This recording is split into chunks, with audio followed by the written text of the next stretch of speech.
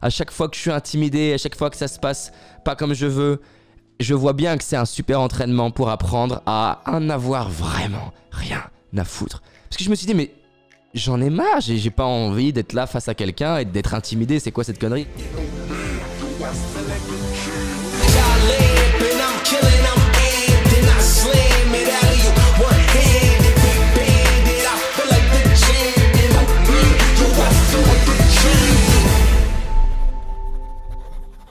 Si tu vis mal les critiques, c'est que t'es addict à être valorisé. Si tu vis mal les critiques, c'est que t'es addict à être soutenu, à être compris.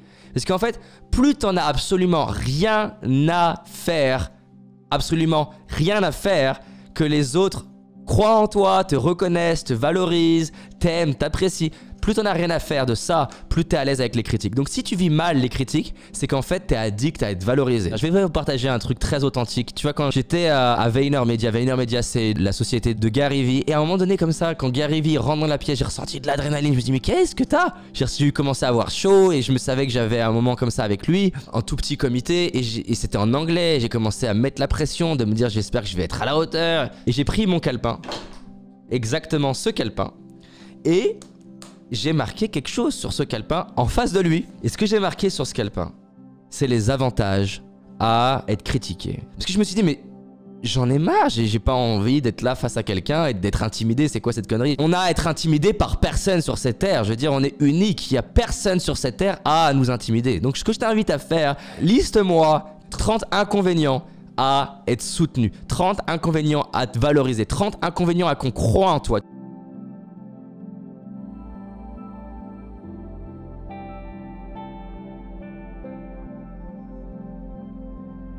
Tu vois, par exemple, moi, je me suis dit, ok, c'est quoi l'avantage si, par exemple, Gary, il apprécie pas le temps avec moi? Je me suis dit, ok, ça m'apprend à être moi-même encore plus. Parce qu'à chaque fois que je suis intimidé, à chaque fois que ça se passe pas comme je veux, je vois bien que c'est un super entraînement pour apprendre à en avoir vraiment rien à foutre. Je refuse de passer ma vie et de laisser cette addiction à que papa ou maman me reconnaissent. Non, un autre avantage, c'est d'être plus proche des gens. Je me suis dit, ok, si ça se passe pas comme je veux, ça me fera une super histoire authentique à raconter. Au final, les moments difficiles de notre vie, ils nous connectent, ça nous permet d'être vulnérables, d'être humbles, d'être authentiques et nous rapprocher auprès d'autres personnes. Parce que tu peux pas vivre un moment de challenge avec quelqu'un sans avoir quelqu'un d'autre qui te soutient et qui t'apporte. Donc, on voit les inconvénients à être soutenu, à être compris, à être valorisé. C'est quoi l'inconvénient à être soutenu? Quand tu es soutenu, généralement, tu te sens trop bien. Et quand tu te sens trop bien, qu'est-ce qui se passe? T'arrêtes d'apprendre, t'arrêtes de te remettre en question, t'arrêtes de vouloir avancer et progresser. Quand t'es soutenu, t'as ta décharge des plaisirs, c'est comme du sucre. Quand je dis te sentir trop bien, c'est pas de te sentir heureux, hein, c'est pas de te sentir dans le bien-être, c'est tu te sens trop bien. Comme quand tu manges t'as ton fondant au chocolat, tu te sens trop bien. La décharge de sucre, elle te fait croire que t'es heureux, mais t'es pas heureux, t'es juste drogué. Et donc, quand on fait que de soutenir et qu'on dit waouh, bravo David, c'est la meilleure conférence que tu as jamais fait. Waouh David, t'es charismatique. Waouh David, j'adore ta voix. Waouh David, j'adore. Et que tu commences à entendre ça et que tu t'attaches à ça, tu commences à gonfler, ton ego il gonfle. Et quand ton ego il gonfle, t'arrêtes d'apprendre, t'arrêtes de te remettre en question. Tu fermes ton cœur, t'arrêtes de te connecter avec les autres. Et donc l'inconvénient d'être tout le temps soutenu, valorisé, c'est t'es plus humble. Et quand t'es plus humble, ça te déconnecte des gens. Tu sais c'est magnifique quand je me suis attiré le documentaire M6 qui m'a bien taclé et bien défoncé. Mon cœur, il s'est ouvert. Qu'est-ce qui s'est passé? Quand je me suis attiré M6, c'était mon record. J'avais jamais été critiqué autant massivement. Qu'est-ce qui s'est passé? Je me suis attiré d'un côté comme jamais des critiques, mais de l'autre côté, je me suis attiré ma mère qui a été extrêmement présente et qui était dans le soutien. Mon père, ma chérie, ma femme, je me suis attiré Timmy dans l'équipe qui a été extrêmement présent. Je me suis attiré des clients que j'ai qui parlaient pas de moi jusqu'à présent, qui se sont sentis attaqués, ça me fout des frissons de vous en parler là, qui se sont sentis attaqués eux-mêmes, que je me fasse attaquer et qui ont commencé à me faire ma pub parce qu'ils se sont dit mais c'est inadmissible qu'on puisse attaquer David alors que ça a changé ma vie, le travail avec David. Donc j'ai attiré plein de soutien. Donc pourquoi avoir peur d'être critiqué alors que quand ça arrive, tu t'attires du soutien. Et l'autre chose qui s'est passée, c'est que ça m'a fait devenir tellement humble. Et donc du coup, ma capacité à connecter avec les gens, elle est passée à un autre niveau. Et donc j'avais peur d'être critiqué dans les médias, alors qu'au final, là aujourd'hui, si je croisais les journalistes d'M6, je leur ferais un gros câlin, mais un câlin sincère. Je veux dire, M6, de toute ma vie, Je pense que c'est la chose qui a le plus révélé l'homme que je suis. Je me sens plus confiant, plus charismatique, plus masculin. J'en ai encore plus rien à foutre du regard des autres.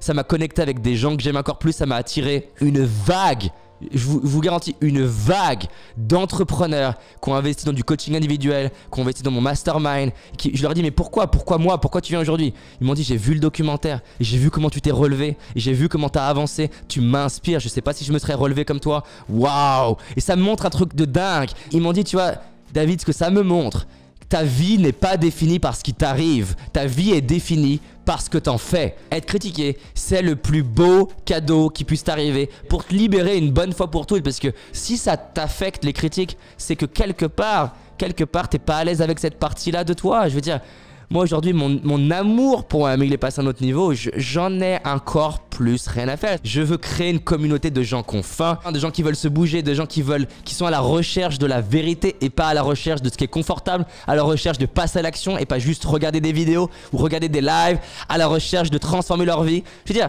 c'est bien de regarder des lives ou voir des vidéos ou lire des livres, mais ce qui est beau, c'est d'aller prendre ton père dans les bras. Ce qui est beau, c'est de tout à l'heure, tu prends ton téléphone et tu fais un SMS de gratitude à quelqu'un que t'aimes. Ce qui est beau, t'as envie de faire cette vidéo, mais t'as peur. Et je me rappelle ma première vidéo, j'avais peur. Tu prends ta vidéo, tu cliques sur record, t'enregistres ta vidéo et ce soir, tu la mets en ligne. Et c'était critiqué, envoie-moi un message, applaudis, bravo. C'était critiqué, bravo. C'était critiqué, félicitations. Ça m'intéresse de savoir qu'est-ce que vous aimez. Donnez-nous du feedback pareil. Les vidéos sur YouTube que vous aimez, ce que vous aimez moins, ce que vous voulez. Je suis prêt à prendre tous les feedbacks parce que ce que j'ai compris, c'est que ma priorité, c'est pas que les gens me disent bravo. Ma priorité, c'est changer des vies. Ma priorité, c'est de faire... C'est simple. Je veux qu'on crée ensemble avec l'équipe la chaîne YouTube qui impacte le plus de vies au monde. Et donc pour ça, je suis prêt à avoir des retours désagréables et des retours agréables. Donc dites-moi ce que vous aimez moins, ce qui vous plaît, ce que vous désiriez, les séries de vidéos que vous aimez. Mettez les moments dans les vidéos, mettez les time codes des moments que vous adorez le plus. Ça nous permet de voir, ah tiens, il y a 50 personnes qui ont adoré ce moment pour qu'on comprenne mieux ce que vous aimez. On avance ensemble, c'est quoi? C'est si vous aimez mon travail, si vous aimez ce que je fais, si ça vous a parlé aujourd'hui, envoyez-le à un ami, envoyez-le autour de vous. En tout cas, je vous aime, je vous kiffe, je vous souhaite d'aller vivre une vie de malade. Notre vie, elle est là pour ça. Rater, c'est pas grave. Être critiqué, c'est pas si grave. Être pas compris, c'est pas si grave. Ce qui compte, c'est d'apprendre à s'aimer. Ce qui compte, c'est de faire des expériences. Ce qui compte, c'est de faire des tests. Ce qui compte, c'est d'apprendre à aimer les autres et même aimer les gens qui nous ont critiqués. Ce qui compte, c'est de développer nos compétences. Ce qui compte, c'est d'avoir un rêve. Et c'est même pas le réaliser qui compte, c'est d'avancer vers ce rêve. C'est d'y croire, c'est de faire des pas.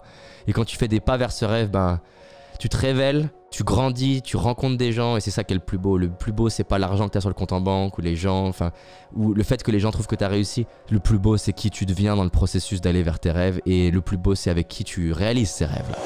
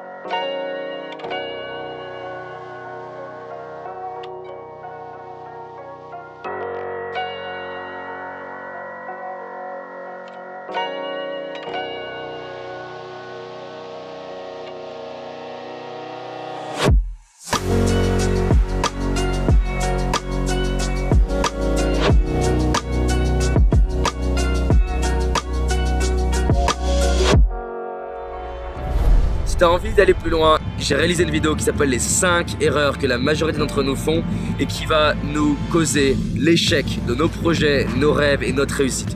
Une seule de ces 5 erreurs va t'empêcher littéralement de réussir et d'être pleinement heureux. Clique sur le lien dans la description, va voir la vidéo, c'est un indispensable. Je te dis à très vite, on avance ensemble. Cette année, c'est notre année. C'est parti.